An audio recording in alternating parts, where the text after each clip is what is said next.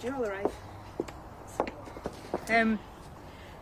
Thank you for coming along again today. Obviously, today is a day of mixed emotions for me, but I was advised earlier today that after a very thorough investigation of all of the evidence, there will be no action taken against me.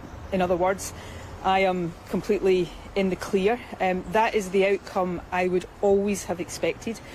As I have said to all of you many times, I have done nothing wrong, so I was confident of reaching this point and getting to this outcome, but obviously it is a relief now to have that confirmed. For almost 2 years I have had this cloud of investigation hanging over me. I think it won't surprise anybody to hear me say that's not been an easy experience, so to reach this point today is obviously something I am relieved about. I've been trying to get on with my life and I now intend to do that.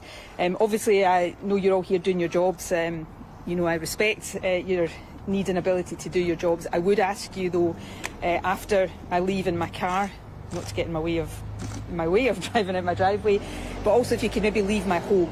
You'll get no more news from here today, so for the sake of my neighbours, if you could perhaps go and do your jobs somewhere else, I would be hugely grateful for that. Do you have any concerns about how long this has been going on? You've been under this investigation for years. Connor, it is an ongoing process, so I'm going to be very limited in what I say for reasons that you will understand. And anything I say will be entirely related to me, because I can only speak for myself. I was First Minister of this country for the best part of a decade. I have utmost respect for the police and for the prosecution authorities in our country, and I'm never going to say or do anything to undermine that. All I can say is that I have done nothing wrong, and I don't think there was ever a scrap of evidence that I had done anything wrong.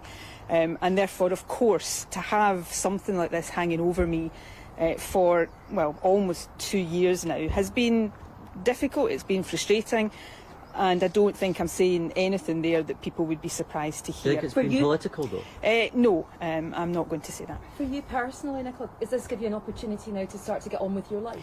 Look, I've tried to get on with my life over the last couple of years. Some days that's been easier than others, not to put too fine a point on it.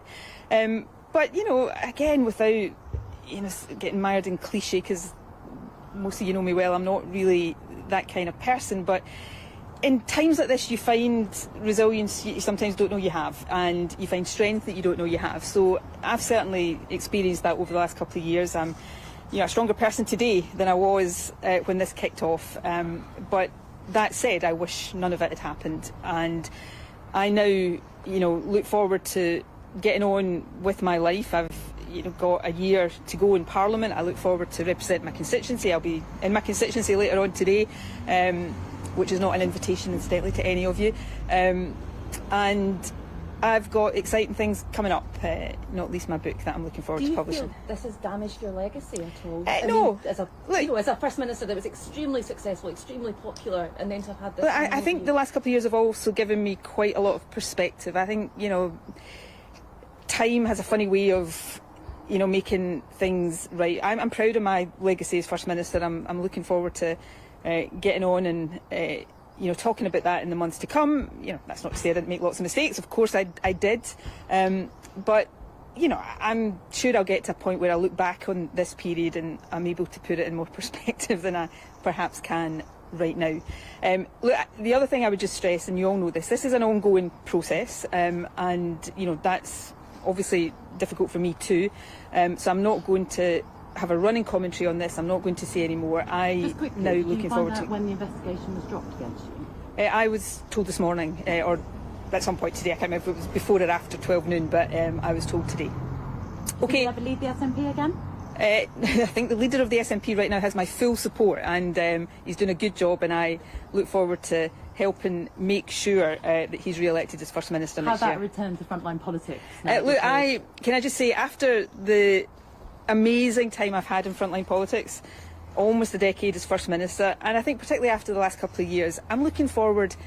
Politics will always be in my blood, and I don't think there's any doubt about that, but I'm looking forward to just a period of being able to pursue different things, of being able to pursue things that I enjoy, that I'm passionate about, it won't surprise any of you to hear a lot of that is around writing in the book world.